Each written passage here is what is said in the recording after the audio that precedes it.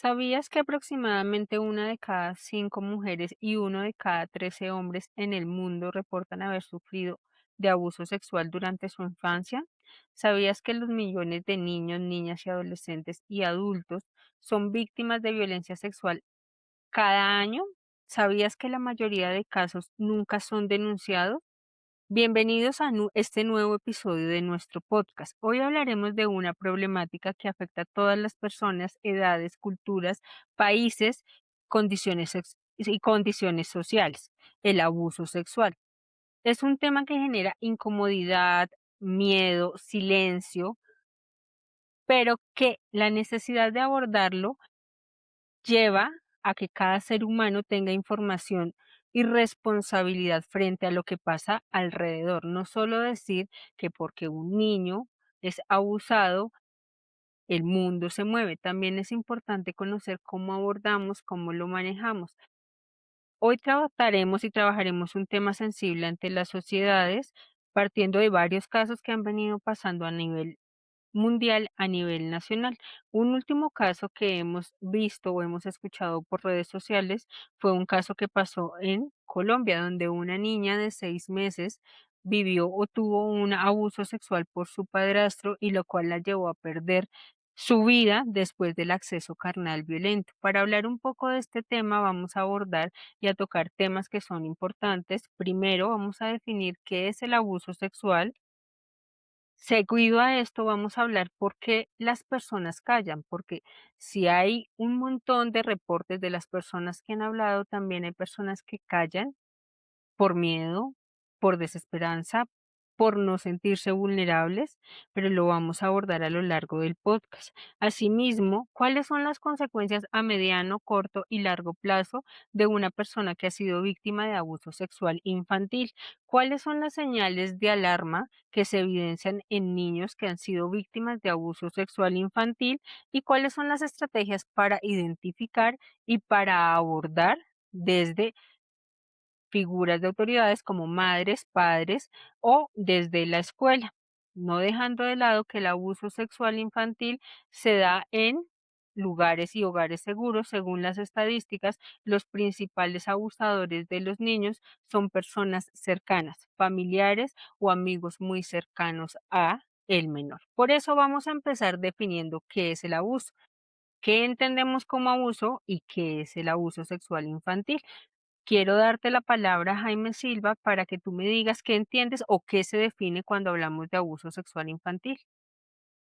Bueno, gracias Karen y un saludo cordial a toda la audiencia. Recordemos que este es un espacio destinado hacia la promoción de la salud mental y especialmente la familia como un escenario fundamental para este tema, porque entendemos que es ahí en la familia donde incorporamos una serie de prácticas que son a la postre significativas, determinantes, cruciales, absolutamente críticas en el desarrollo del ser humano, de nuestros niños, de nuestros jóvenes, de nosotros mismos, por supuesto. Así que el tema que nos convoca hoy, y a propósito de la lamentable circunstancia acontecida, como ya lo decías tú, Karen, en El Espinal, en Colombia, en el departamento del Tolima, en Colombia, em, donde pues se presenta un nuevo caso de este tipo de situación lamentable, triste, em, vergonzosa es la palabra también, en donde pues se da un fenómeno y es que todos pues señalamos indignados a un culpable, ¿sí? A quien lo bautizamos obviamente como violador, ¿sí? Abusador, delincuente, criminal, monstruo, enfermo, bueno, y una serie de adjetivos que nacen de nuestra indignación, de nuestra molestia, de nuestra tristeza. Y está bien. Este podcast apunta no simplemente a una simple capacitación. Obviamente de esto de lo que hablamos nosotros acá, se puede aprender bastante. Pero hay un problema con la capacitación y es que la gente puede aprender muchos conceptos y muchas cosas, pero seguir siendo ignorante. ¿Sí? Es paradójico y es un poco contradictorio. ¿Cómo así? Eh, Hay muchas personas que pueden tener la información, pero en últimas, en su práctica, en su vida, no hay una coherencia, no hay una capacidad para trascender hacia la práctica o hacia las acciones concretas, hacia la conducta concreta, la información que posee. Espero hacerme entender. Entonces, ¿qué es lo que sucede? Que a lo que apuntamos también en este espacio es, más allá de que tú tengas claros los conceptos y todos los aspectos que mencionaba ahora Karen, de cuáles son los factores de riesgo o situaciones que nos pueden generar ya una alarma, cómo actuar, etcétera, etcétera. Hay que profundizar sobre nuestra vida personal, por supuesto, nuestra vida en familia y nuestra vida en la sociedad que nosotros tenemos. Entonces, frente a estos casos que son absolutamente tristes y que denotan lo enferma que está nuestra sociedad, ¿sí? Pues claro, todos nos rasgamos las vestiduras y decimos, no, qué horror, los niños, ¿sí? Son sagrados y no sé qué. Pero en el fondo yo veo mucha hipocresía. Entonces, ¿por qué? Porque pues tengo entendido, yo estaba un poco alejado de muchos temas de la política en Colombia, pues por mi vida en Estados Unidos y aunque he tratado de mantenerme actualizado, etcétera, pues a veces no es tan sencillo porque pues uno se mete en otros mundos y como que se descontextualiza, por supuesto.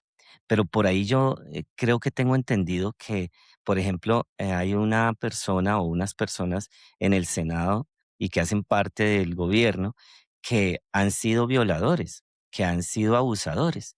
¿Quién votó por ellos? ¿Quién vota por esos delincuentes? Y ahora, en estas épocas electorales en Colombia, ¿quién va a seguir votando por los delincuentes? Entonces, hay que dejar la hipocresía.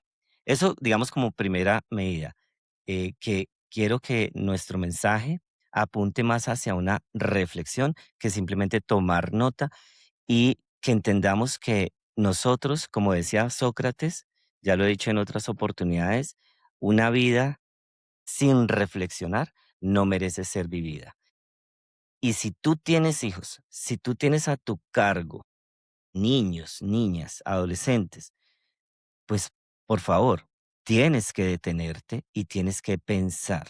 ¿Qué es reflexionar? Es usar la razón, es usar el pensamiento y es pensar sobre lo que se viene pensando, reflexionar. ¿Qué está pasando con en nuestra sociedad para que este tipo de sucesos tengan lugar? Nosotros podemos señalar al culpable y sí, es un monstruo y merece, por mí, la pena de muerte. Ya sabemos que el sistema de justicia en Colombia, pues es una recocha,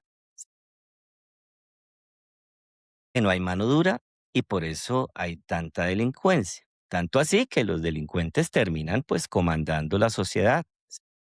O sea, terminan incluso siendo premiados. Para lo que voy concretamente es que nosotros tenemos que reflexionar, no simplemente tener los conceptos muy claros, pero si abordamos el concepto ya de abuso, que es la pregunta que me hace Karen, pues a ver, expliquémoslo muy pedagógicamente. ¿Cuántas personas que de pronto tú conoces en la vida, tú dices, esta persona es como abusiva, hola, esta persona es abusiva? Uno le da una confianza y abusa, le da uno la mano y le agarra cogiendo el codo, etcétera. ¿Qué es el abuso? Pues obviamente algo, una conducta que traspasa unos límites, que va más allá de la confianza que se ha depositado, que no hubo consentimiento de parte de otra persona para que esa conducta se manifestara, ¿sí? O sea, una persona abusiva. Ahora, decimos el complemento sexual. Entonces, es la misma connotación, pero, hey, has llegado a mi intimidad, ¿sí? Estás traspasando el límite de algo que es sagrado, que es mi vida íntima, ¿sí? Mi vida sexual, y no estás respetándolo. Y es más, lo haces de una manera violenta, ¿sí? Y me estás dañando literalmente la vida, ¿sí? Voy a necesitar años de terapia para superar esto, que tal vez jamás lo logre, ¿sí? Y queda una herida permanente. Eso te convierte entonces ya no simplemente en un abusador, sino adicionalmente en un criminal y, como decíamos antes, en un monstruo, en un desgraciado, en un salvaje, lo que sea, ¿cierto? Y mereces morir, ¿sí? O mereces por lo menos una cadena perpetua. Entonces, pues, ¿qué es el abuso sexual? Es una conducta que se da en un contexto, por ejemplo, si hablamos de los niños, ¿sí? Donde una persona ejerce su fuerza o ejerce su condición de poder, ¿sí? ¿Cierto? Violenta, transgrede los límites y cosifica al otro en función de su propio placer, ¿sí? Porque, digamos que para mí la palabra placer es una palabra muy sagrada, entonces, pues, digamos como por eso es que lo digo así como entre comillas, porque pues eso no, pero digamos que en el sentido de lo enfermizo de la situación, a esa persona le genera placer, ¿sí? O sea que está asumiendo un comportamiento en función de un placer que necesita o quiere experimentar, cosificando al otro, abusando al otro sin su consentimiento, sin o aprovechándose, por supuesto, de una condición de absoluta y total vulnerabilidad, como es el caso, pues, de un bebé, una bebé de 6 meses, pues, la situación, digamos, que nos invita a pensar hoy sobre este tema. Vergonzoso que pase en Colombia eso, ¿sí? Ahora bien, pues, los otros países no se salvan, por supuesto. México es una vergüenza, en fin, en general, ¿sí? Esto es una situación que no pertenece solamente a nuestro país, Colombia, sino que es una situación que se presenta, yo diría, por supuesto, en toda Latinoamérica y en países también del primer mundo. eh, pero pues nosotros digamos que lo conocemos más porque estamos acá en nuestro país y entonces sabemos de la noticia, etcétera, etcétera. Pero pues ya decía, por ejemplo, en México es una locura, ¿sí? Y hay muchos otros temas asociados, ¿cierto? De la trata de personas, el tema de la pornografía infantil. O sea, hay una locura total en nuestra sociedad, ¿sí? No hay salud mental. Y aquí quiero también hacer un llamado de atención sobre esa responsabilidad que tenemos todos frente a esto. Entonces ya vamos a hablar de cómo podríamos nosotros, si estamos criando a nuestros hijos, guiando a nuestros hijos en un escenario sagrado que es la familia, ¿qué debemos hacer? Porque pues lo que muestra la experiencia es que gran parte de esos abusadores están dentro de la misma familia, ¿sí? Y también hay que reflexionar sobre qué sí sería entonces abuso, qué no es abuso, porque a veces hay como demasiada, digamos, confusión, ¿sí? Diría yo, por falta de educación, tanto para los niños y jóvenes como para los adultos, ¿sí? Y ahí también hay muchos aspectos que tratar. Entonces, eh, dicho esto, ¿cómo podemos continuar con esta reflexión, Karen? Teniendo y partiendo de lo que tú dices, hay varias aristas que sacas a relucir. Es el tema de somos a veces una sociedad hipócrita porque a veces somos solo incendios. Entonces, si a mí me conviene tomar un tema de tanta sensibilidad como es el abuso sexual infantil a portas de campaña política, digo, es que ni uno más ni uno menos, los niños no se tocan, pero esto me aporta a ganar un populismo para poder aumentar en mi campaña política. Pero si lo vemos desde el aspecto social, desde el cuidado y la protección de la infancia, no solo se trata de decir ni uno más ni uno menos, es también entender todo el proceso que se da en los niños a través del abuso sexual y no solo en los niños, las personas que fueron víctimas de abuso sexual, cómo esto repercute a mediano, a largo, a mediano, a corto, mediano y a largo plazo. También es importante entender que cuando hablamos de abuso sexual y se identifica que un niño fue víctima de abuso sexual, vienen preguntas frente al tema. ¿Por qué te callaste? ¿Por qué no lo hablaste de inmediato? ¿Por qué no me lo dijiste? Y en esto hay una explicación que partimos desde investigaciones donde un psicólogo dice, un psicólogo llamado David Finkelhorst, si no estoy mal la pronunciación, dice que el abuso sexual suele estar acompañado de procesos de manipulación, control y hace que la víctima se confunda, ya que se puede sentir culpable o temerosa a contar lo que ocurrió, porque puede estar expuesto a una situación que para el niño fue vergonzosa, pero en su cerebro no lo reconoce y empieza la culpabilidad del niño. El niño empieza a sentirse culpable y a tener miedo a lo que puede llegar a pasar a futuro si pasa. ¿Por qué? Porque hay una primera razón y es que los agresores en estadísticas, en investigaciones, suelen ser alguien conocido. Entonces, contrario de los mitos o lo que muchas personas dicen, y es que el abusador está lejos de mi casa, el abusador no traspasa mi puerta, no es así. Los principales abusadores están dentro de la casa. ¿Por qué aumentó los índices de abuso sexual infantil en pandemia? Porque los niños vivían con sus agresores, niños, niñas y adolescentes que de pronto su colegio era una forma de escape para no estar con su agresor en casa, tuvieron que confinarse con su mismo agresor en casa. Entonces, las personas que tienden a hacer estas conductas de agresores son personas conocidas o de confianza, que tienen un perfil muy acorde a me gano la confianza de la familia, me gano la confianza del niño, voy entrando poquito a poquito para luego llegar a ser el agresor al niño, sin dejar de lado que uno no sabe cuáles son las causales que le lleva al agresor a tener lo que sea, porque muchos agresores también fueron víctimas de abuso sexual infantil en la infancia, pero esto no justifica No la justifica, claro. conducta de que un agresor venga a hacer el daño que él vivió cuando era niño. Yo no puedo pagar daño con daño. Entonces venimos Y al Karen, el perdón, te hago ahí una interrupción, discúlpame, para enfatizar sobre eso, porque no solamente para este tipo de circunstancias, sino para muchas otras, la excusa perfecta de mucha gente es que como yo tengo ese trauma de infancia, como a mí me pasó, entonces pues yo soy otra víctima, pues, otra, una más. una Entonces no, víctima. me No perdonan, nos pero vayamos tan pero lejos, uno tiene que vayamos. asumir y hay que ya superar los traumas, ya hemos dicho en otros episodios, busca tu ayuda, etcétera, pero ya eres adulto, ¿sí? Y tú tienes que asumir tu adultez con responsabilidad. Y si gran parte de esa adultez la estás sufriendo por los traumas de infancia, pues busca ayuda profesional. Puedes hacerlo.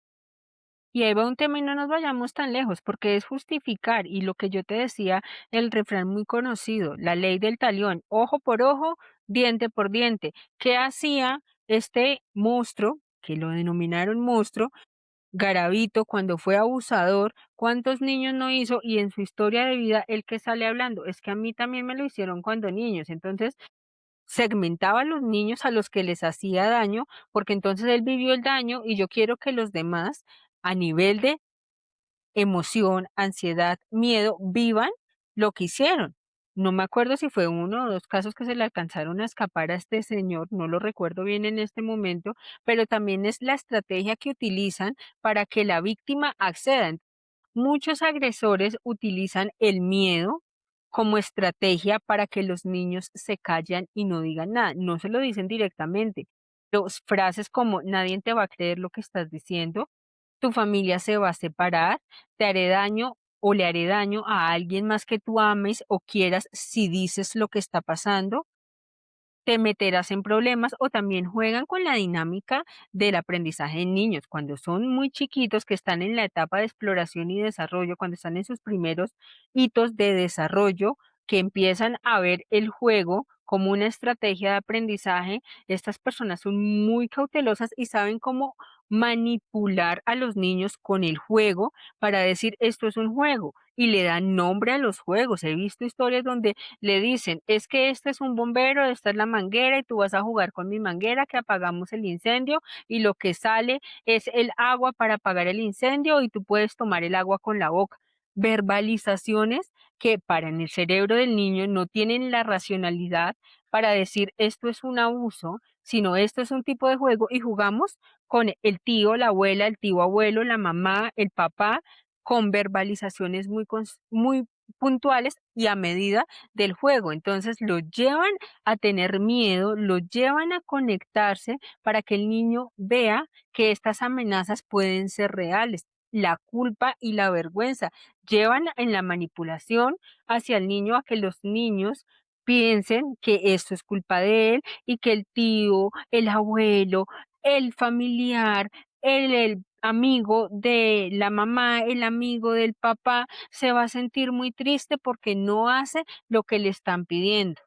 Pero ¿qué pasa? Hay algunos signos de alarma que no es solo el proceso de culpa, vergüenza, miedo, también es la manipulación, y es que cuando el niño no comprende lo que pasa o lo que está pasando por completamente a su alrededor, suele sentirse finalmente atrapado. Y ahí va el tema del papel de mamá, papá, de su familiar cercano también para decir, ven, hay momentos donde tú sientes emociones que no son tan buenas. Hay que saber qué hacer con esas emociones tan buenas, porque no todo lo que te digan que debes hacer es bueno. Hay cosas que no son tan buenas. Y como lo decía en algún momento una psiquiatra, la psiquiatra Judith Hernán, que las víctimas de experiencias traumáticas suelen experimentar miedo, confusión y pérdida de control de su alrededor.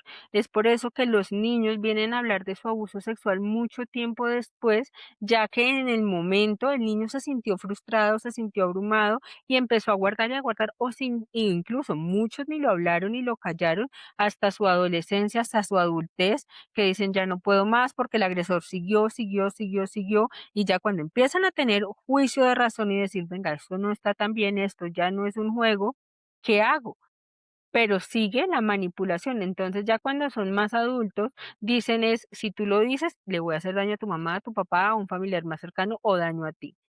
Por eso, no es correcto decir por qué no lo hiciste antes, porque esto resulta muy difícil para el cerebro del niño explicar por qué no lo hizo antes, porque él vivió en una situación que le generó muchas emociones que tal vez en su mentecita, no era tan fácil identificar ni siquiera hablar. Si nos vamos a este caso de la niña de los 6 meses, la niña hasta ahora estaba empezando en la etapa del balbuceo, la niña no iba a hablar, la niña no iba a verbalizar lo que estaba pasando. Entonces, si yo no le voy a decir a una niña de 5 o 6 años, ¿por qué no lo dijiste antes si le pasó a los 6 meses? Hay diferentes cambios también a nivel fisiológico y comportamental que son visibles. Y en esto quiero también para hablar un poco frente a la reflexión, hablando un poco de por qué calla, qué pasa en el niño, qué pasa en sus emociones, qué pasa en su alrededor. ¿Cuáles crees tú, Jaime, que serían las consecuencias a mediano, corto y largo plazo de una persona que ha sido víctima de abuso sexual infantil?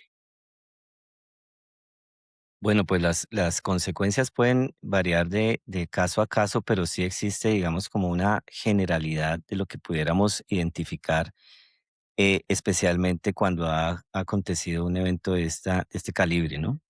Eh, pero digamos que en general podemos identificar consecuencias que pueden ser eh, inmediatas, es decir, en el muy corto plazo, y esas podrían estar asociadas, por ejemplo, a una necesidad de aislamiento, ¿sí? O a una constante evitación de ciertos escenarios, como por ejemplo, vamos a la casa del tío, dice la mamá, y el niño, no, no quiero ir, no quiero ir, pero ¿por qué? Y él, por lo que mencionabas tú antes, tal vez ha sido amenazado, intimidado, etcétera. Entonces no dice porque eh, tiene miedo literalmente. Entonces vemos un niño ansioso, un niño que evita o una personita que está em, muy angustiada y ahí ya vemos unas consecuencias que pueden ser inmediatas, digamos que se pueden presentar durante el momento o la etapa en donde ese tipo de episodios se pueden estar presentando, ¿sí?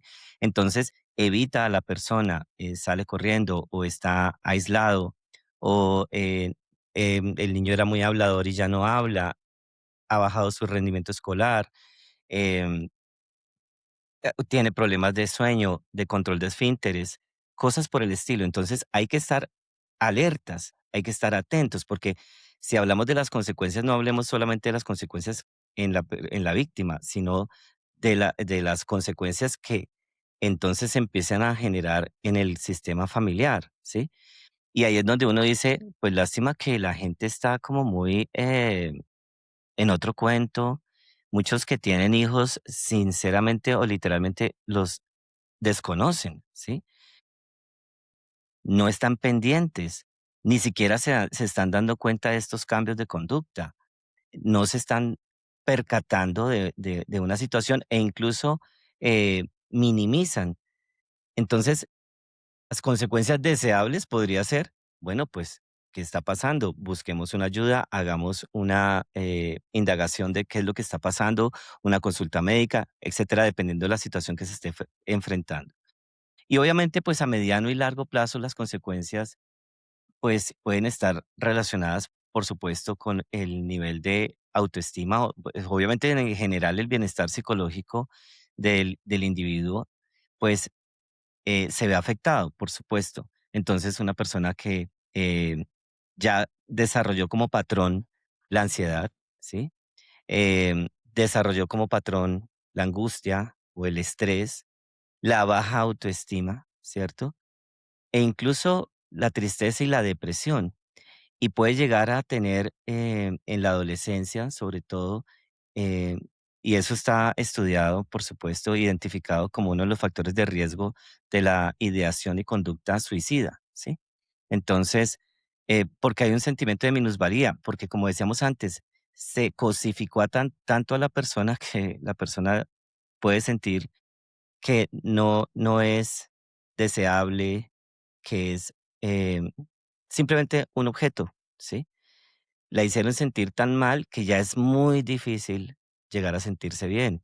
Entonces, vemos una persona aislada, depresiva, con sentimientos de culpa, con muchas dificultades, por ejemplo, para establecer relaciones afectivas, su noviazgo, sus relaciones sexuales. Entonces, digamos que ahí vemos como unas consecuencias genéricas, pero pueden haber otras que, como ya lo mencionábamos, y que no es excusa, pero puede llegar a convertirse en un futuro, entonces, abusador.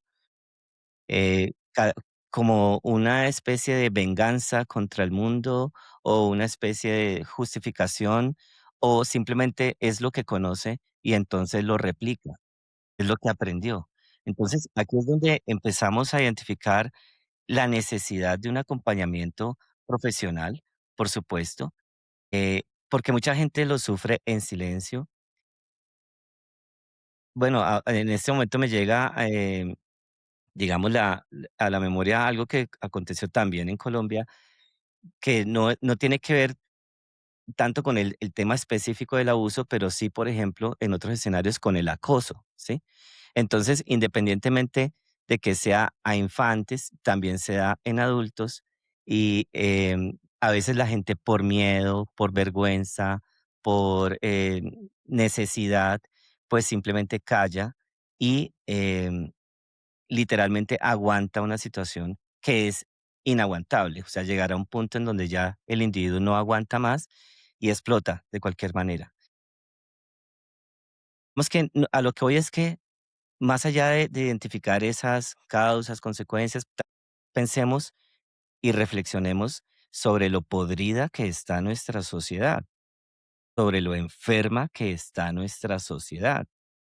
Tony de Melo era el que decía que la única razón por la cual no estamos todos dentro de un manicomio es porque no cabemos. Literalmente no cabemos. Al inicio Karen nos hablaba de unas estadísticas que son absolutamente alarmantes, vergonzosas, no solamente para un país como Colombia, sino en general para el mundo entero. Entonces, nuestro mundo, el mundo que tú y yo compartimos, está enfermo. Hay que entenderlo. Y yo por eso nuevamente hago el llamado a los queridos padres de familia para que estén pendientes, para que estén alertas, para que puedan identificar el problema antes de que el problema acontezca, ¿sí? Y que si ya aconteció, puedan identificar las consecuencias que ya están presentándose, porque a veces ni una cosa ni la otra, es tanto el descuido. Entonces tenemos una cantidad de personas que están viviendo ese calvario en absoluta soledad y esas personas son nuestros niños, nuestros jóvenes. Entonces, Imagínate cuál es el futuro de esta sociedad, ¿sí?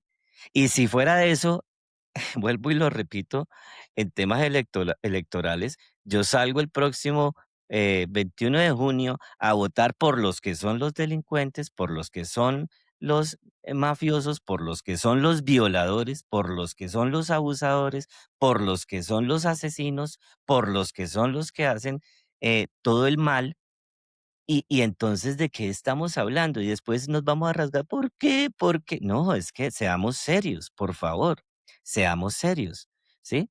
Entonces, ¿cómo es posible que sean en últimas incluso premiados los delincuentes, los abusadores, los criminales? Nosotros tenemos que ordenar nuestros valores en nuestra sociedad, ¿sí? Y llamar a lo que está mal mal y a lo que está bien, bien.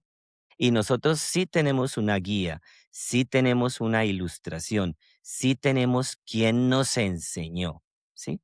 Me estoy refiriendo literalmente Dios y su palabra, ¿sí? Sí tenemos quien nos enseña sobre esto. Y nosotros tenemos que seguir ese derrotero de sabiduría. Tenemos que seguir esa orientación, porque no podemos seguir viviendo en una sociedad tan ignorante. Tenemos que salir de la ignorancia. Tenemos que buscar la luz, buscar la sabiduría y encontrar la fortaleza ahí. ¿Para qué? Para poner límites, para ser más inteligentes, para poder identificar los problemas, para poder afrontar esos problemas. Entonces, fíjate cómo combinamos casi que un poco esa teoría de la cual uno habla a veces como psicólogo, pero también esa reflexión de lo que vivimos en nuestra cotidianidad, ¿sí? Atentos, queridos padres de familia, atentos a sus hijos, atentos también a las señales, atentos, por favor, a lo que está aconteciendo en su cotidianidad. No den papaya, sean vigilantes, y si quieren sean hipervigilantes. Se los digo también por experiencia. Yo con mi hija, por ejemplo, ella muchas veces salía a jugar en el conjunto residencial donde vivíamos, y yo cada ratico, ¿no? ¿Dónde está Luisa? Y que no se vaya a meter a ningún apartamento. ¿Dónde está? Creo que está en el parquecito. Bueno, cada ratico mirando. Y pilas, Luisa, no sé qué, no hables con nadie, tal cosa, pilas, si te van a ofrecer un dulce, no sé qué. Y eso no es llenarla de miedo, es simplemente entender el contexto en el que estamos. Y estamos llenos de depredadores por todo lado, de enfermos por todo lado. Nuestra sociedad está enferma, apúntelo, eso se apunte. Vivo en una sociedad enferma. Tengo que estar alerta, ¿sí? No ser paranoico, pero sí no dar papaya y no ser absolutamente confiados. Y menos con la gente, a veces de la misma familia, que está asumiendo un papel literal ahí de depredador. Y el niño y la niña le tiene ya hasta miedo. Entonces, bueno, pues algo pasa aquí, ¿no? ¿Qué está pasando? Esas son las reflexiones que yo hago. Partiendo un poco de lo que tú dices, Jaime, hay varias cosas. Estamos en un mundo enfermo, estamos viviendo con personas que caras vemos, y voy a decir una frase muy coloquial que a veces utilizaba en clase y es, caras vemos, trastornos mentales no sabemos. La frase coloquial es caras vemos, corazones no sabemos, pero actualmente en la sociedad que estamos es caras vemos, trastornos mentales no sabemos. De ¿Y a acuerdo, quiénes estamos dejando a nuestros niños? Hay un tema que tú decías anteriormente y es qué es abuso, y hay una diferencia entre qué es abuso y qué es cariño, porque no todo es abuso, porque hay cosas que han tipificado como abuso donde no es abuso. Pero, ¿qué es la diferencia entre qué es abuso y qué es cariño? Cuando hablamos de cariño, es cuando uno no se siente con emociones desagradables por la conducta que está utilizando el individuo. Entonces, mi papá llega, me saluda de pico en la mejilla, me da un abrazo, pero yo no me siento intranquila, no me siento con el corazón a mil. Cuando hablamos de abuso es cuando esto me está generando una reacción y una emoción desagradable, que yo me siento incómoda, me siento mm, me siento como con ese sistema de alarma, el niño no se siente cómodo, se siente que algo está pasando, por más que sea la familia y uno le diga, venga, le doy un besito y lo saludo. Y ahí va el tema en las familias, que hay muchas cosas que uno también pone límites como familia. Hay ciertos tipos de cariños que se permiten y otros que no se ponen límites y también lo hacemos como papás. Entonces viene la creencia y hay familias en Colombia que por su esquema de aprendizaje, entonces yo saludo al niño de besito en la boca. No, un niño no tiene por qué recibir beso en la boca. Un niño se saluda en el cachete y sus límites. Y como papás les digo, mira, a mí no me gusta, por favor, respétalo. Y si no lo hacen la primera, en la segunda, en la tercera, pues yo tomo mi límite y me alejo, porque es que son esas caricias que se vuelven incómodas. Uno le da un beso en la boca a quién, a su pareja, a la persona con la que está saliendo, a su esposa, a su esposo, pero un vínculo boca a boca es una relación que no va con un niño. Uno a un niño no le da un beso en la boca o venga, le cojo sus partes íntimas y jugamos con sus partes íntimas. No, hay límites. Hay límites, no, porque es que entonces en mi casa, entonces le cogía y le acariciaba mucho su colita al niño, entonces mi mamá lo hacía conmigo, yo lo hago. Una cosa es ejemplo, están jugando entre hermanos y sin querer se dieron una palmada, pero jugando y no traspasa el irrespeto y la otra persona o el otro individuo no se siente incómodo. Pero cuando los niños ya empiezan a sentirse incómodos, a alejarse, a pesar de que haya un amor y empiezan a tener conductas, estas son señales de alarma que a mí me dicen, venga, algo está pasando con mi hijo. O vienen los casos que dicen, venga, mi niño anteriormente hacía esto, esto, esto, y en el colegio ya no está socializando con sus niños, se está aislando, está teniendo enuresis o ecopresis en la noche, es decir, se hace chichi o se hace popó después de que su desarrollo o sus hitos de desarrollo estaban normales, iba Ujú. al baño, controlaba esfínteres, su nivel de ansiedad en los niños aumentó, no se ve igual los niveles de ansiedad en un niño que en un adulto, pero empiezan a ver que tiene se empieza a tener más, empieza a ser más retraído, se distancia, no habla, a veces uno lo ve en sus esquinitas llorando, no verbaliza lo que hace, y en esto yo sí voy a ser muy desde la parte personal y profesional, y es un niño no miente. Hay ciertas edades en el desarrollo donde ellos ya empiezan a decir qué es verdad y qué es mentira. Un niño de 1, 2, 3 años no miente porque no tiene la metacognición para mentir. Y si tu No, niño claro. te dice como papá, créele, porque viene también el tema de, pero ¿por qué? No, si es que él es mi mejor amigo, él nunca te haría nada, de pronto tú lo malentendiste. ¿Qué orden le están dando al cerebro del niño? Lo que tú estás diciendo no es válido y por eso las consecuencias a largo plazo es el miedo a veces en reuniones, como profesionales, como personas, decirle algo al jefe, que no le gusta porque no, de pronto tú lo malinterpretaste, aguanta y sigue. Esa es la orden que le estoy dando al niño. Y el niño aprende por lo que le dicen sus padres. Y si uno de padre no le cree a sus niños, ¿quién le va a creer a los niños? Si es que tú eres la figura de cuidado y de autoridad. ¿Y vas a decir algo? Quiero que no te dejé, dime. No, no, no, no, digamos, enfatizando y reforzando la idea que tú compartes de que, pues, si el niño dice a los 2, 3, 4 añitos, pues, obviamente no tiene su desarrollo cognitivo, a tal punto de que pueda inventarse quién sabe qué tipo de historia, entonces hay que creerle, ¿no? Que no está mintiendo, ¿sí? Ahora, si hablamos de tema de mentira o falso testimonio sobre estos casos, sí se pueden algunas veces dar, ¿sí? La otra vez que hablábamos sobre la historia de Michael Jackson, pues ahí vemos cómo sí, según la información que se dio en los medios y demás, sí se dio que el papá indujo a su hijo para que mintiera o se inventara una historia de abuso precisamente para sacarle dinero al cantante, ¿sí? Que obviamente después de todas las investigaciones y demás, salió inocente, pero ese tipo de cosas también se pueden dar. Pero bueno, ese es otro contexto, otro escenario. Ya si estamos hablando de un niño de 2, 3 añitos, pues 4, pues por favor, ahí sí estar muy alertas. Hay que entonces, queridos amigos, padres de familia, a los docentes también, pues el llamado es ese, cuidemos nuestra infancia, cuidémosla. Yo digo, la vida es bien corta.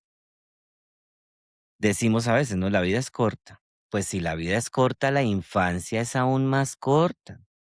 Entonces, pues hagámosle la infancia a nuestros niños agradable, bonita. Y eso de agradable y bonita implica segura, ¿sí? Segura. No puede ser que nuestros niños en sus propias casas o en los colegios es donde más inseguros están. No, tenemos que brindarles protección, brindarles apoyo, acompañamiento, seguimiento, ¿sí? Y hacerlos sentir en un ambiente que de verdad ellos se sienten seguros y protegidos. Y eso les va a permitir desplegar sus talentos, desplegar su potencial, porque a punta de miedo es muy difícil uno eh, surgir en la vida, ¿sí? Entonces, no se trata de vivir paranoicos, pero sí de estar muy atentos a todas las señales que hemos mencionado. Obviamente en un episodio como estos no agotamos toda la información, ni mucho menos, simplemente estamos es invitando a que reflexionemos, porque este tipo de cosas no pueden seguir aconteciendo. Y así como existen esos victimarios y esos criminales, pues también existimos los que somos corresponsables de todo esto. Todos somos corresponsables. Todo esto es una creación nuestra, ¿sí? Y por eso nosotros decimos, tenemos que hacer algo. Bueno, de nuestra parte, coger estos micrófonos y decir, hagamos una reflexión sobre este particular. No podemos seguir como si nada estuviera pasando. Eso se llama indiferencia y la indiferencia es también un pecado. Por eso cuando uno va a la iglesia, uno dice, he pecado mucho de pensamiento, palabra, obra y omisión. Y son más los pecados que tenemos por aquellas cosas que hubiéramos podido haber hecho y no lo hicimos, que aquellos pecados de aquellas cosas que sí hemos hecho. Entonces, creo que el mal triunfa cuando la gente de bien se queda callada, cuando la gente de bien no hace nada, o cuando incluso la gente de bien termina votando por los malvados y los criminales y los asesinos y los violadores. Eso no puede seguir pasando, ¿sí? Por favor, tenemos que organizar nuestros valores, organizar nuestra sociedad, porque este tipo de circunstancias son vergonzosas para nosotros como país.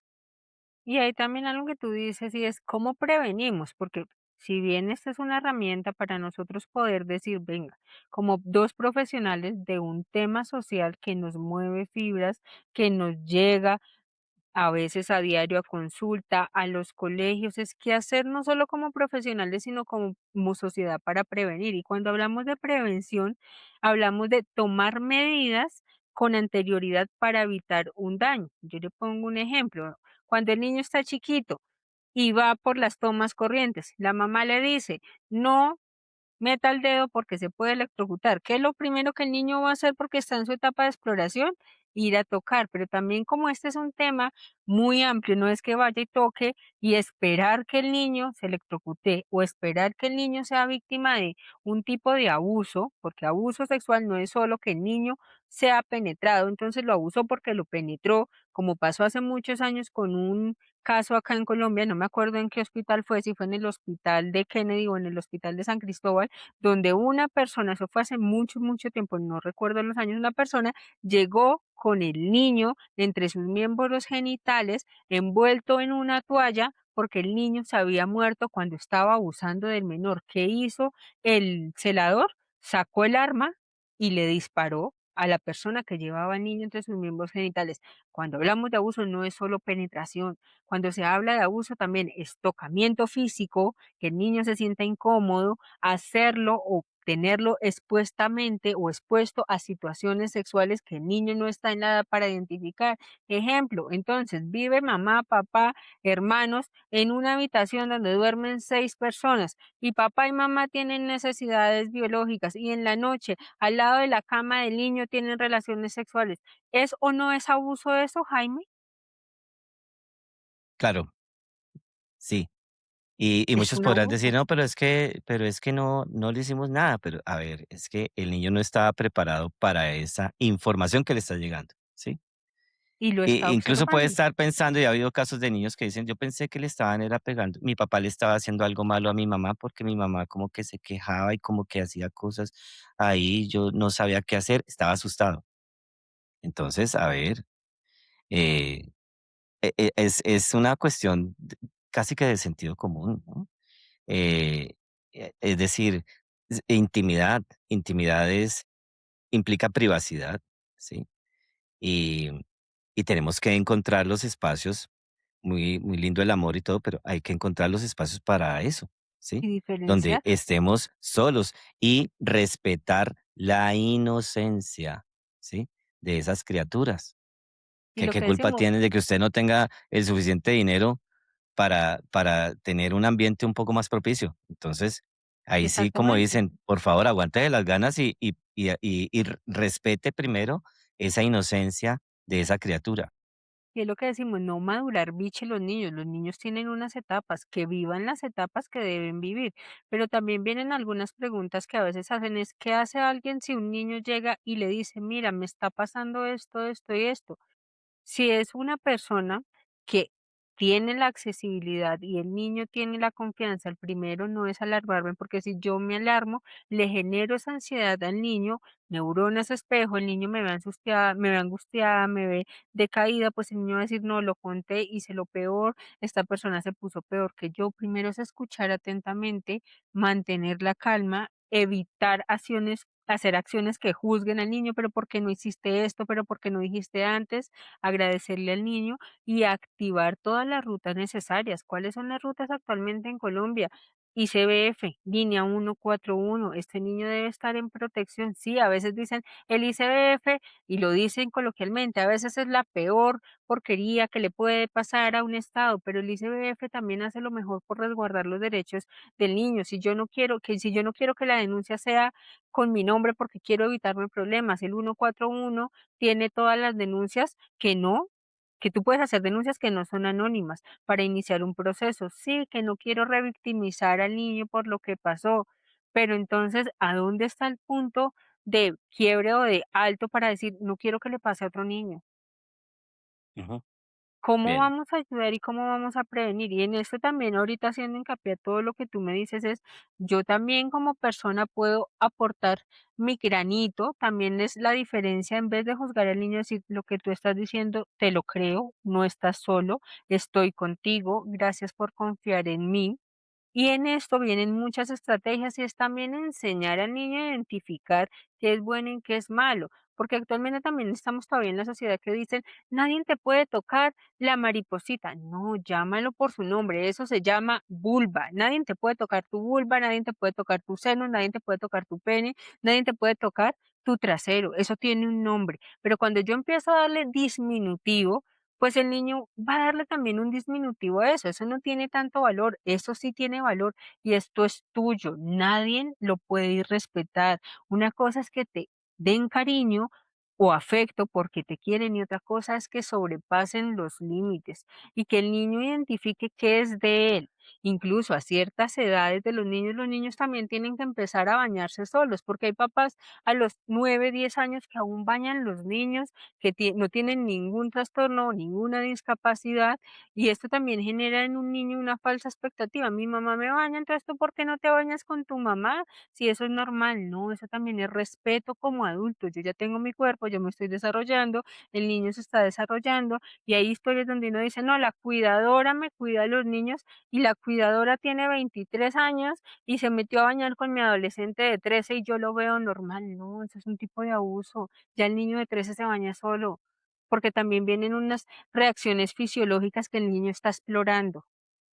Y es donde Correcto. también como personas familiares debemos identificar, no todo se permite y no todo por miedo a perder una relación familiar, una relación social, le tengo que decir que sí, porque es que está en riesgo la seguridad e integridad de mi niño. Tú lo decías, a futuro vienen los niños que tienen dificultades de sueño, los adultos ansiosos con dificultades de sueño, con dificultades en toma de decisiones, con una hipervigilancia a todo.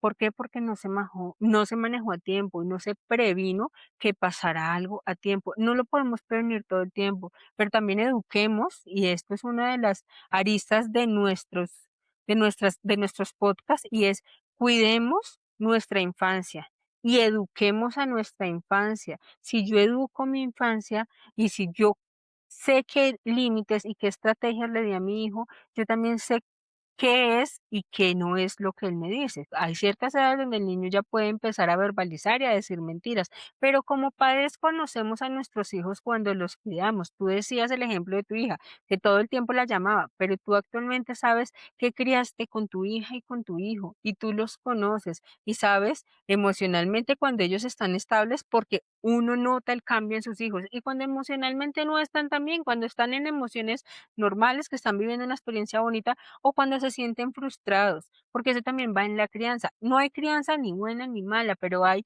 estrategias que me permiten criar de forma adecuada a mi hijo, a mi hija, que estemos, y lo hablábamos en podcast anteriores, niños para futuro, porque yo crío un niño para futuro y para que sea funcional en el futuro. Pero si yo desde la infancia le instauro miedo, amor, si tú me dices algo que no te gusta, yo te voy respondiendo con 2 3 palabras feas, el niño va a aprender que todo lo que dice no le van a creer y va a tener miedo. Hace muchos años, teniendo y partiendo en eso, cuando yo estaba en mi pregrado, yo hice un libro que se llamaba Una guía de autocuidado para prevenir el abuso, el que los papás o los niños que lo quieran ver está en el repositorio de la Universidad Católica de Colombia, donde da estrategias muy prácticas, no solo para los padres, para los niños.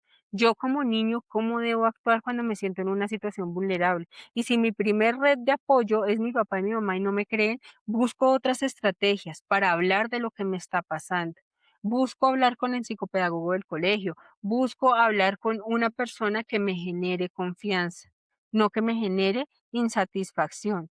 Entonces, en esto también quiero decir, Jaime, es que el abuso sexual no discrimina edad, género ni nivel económico. Ujú, Actualmente con las cifras importante. el abuso sexual puede dar, y si nos vamos a diferentes cosas que hemos visto, no solo el abuso, el consumo y demás, y obviamente nosotros hablamos muy desde cosas generales que poco a poco desglosaremos también para que ustedes vayan viendo nuestros podcasts, pero el día de hoy es también es hacer esa conciencia social de si yo veo algo me hace ruido, no solo con mi hijo, de pronto con el hijo de la vecina, y está en la closet y no me meto porque no es mi hijo. Piense que puede ser Ujú, su hijo y que también podemos eso. activar rutas. Piensa también con esa conciencia y cognición social. Importante eso que mencionas aquí al final, aparte de todo lo importante que ya habías mencionado antes, y es eh, esa visión de muchos padres, desde que mis hijos estén bien. No, no, querido papito, mamita. Mire, aquí tenemos P, M y B en un corazón. Padres y madres valientes, padres y madres valientes, padres y madres valiosos. Son aquellos que también están atentos a los amiguitos de sus hijos, del- de la comunidad donde viven o del colegio o la escuela donde estudian, ¿sí? Que no son indiferentes, por eso decía yo antes, la indiferencia. No se trata solo de tus hijos, también se trata de los hijos de todos, porque en últimas es nuestra sociedad, nuestro mundo, ¿sí? No se trata solo de ti y de los tuyos, se trata de todos nosotros. Tienes que interesarte también por algo que vaya más allá de tus cuatro paredes o de tu apellido. Interésate y trata de imprimir ese interés social también en tus hijos. No se trata simplemente de que tu hijo, tu hija prospere y sea exitoso y no sé qué más cosas. No, se trata de que sea un sujeto que ayuda a la construcción de una mejor sociedad. Entonces, eso que mencionas también es muy importante, Karen. En fin, queridos padres de familia y audiencia, hemos conversado, hemos hablado sobre estos aspectos que nos tienen que poner a pensar para, ojalá, lograr una transformación social, cultural, una transformación de nuestra querida sociedad, de nuestro querido país y de nuestro querido mundo.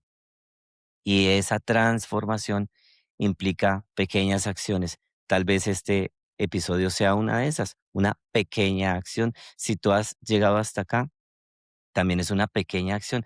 Pero fíjate, de pequeñas acciones en pequeñas acciones vamos generando grandes acciones. Es como la bola de nieve.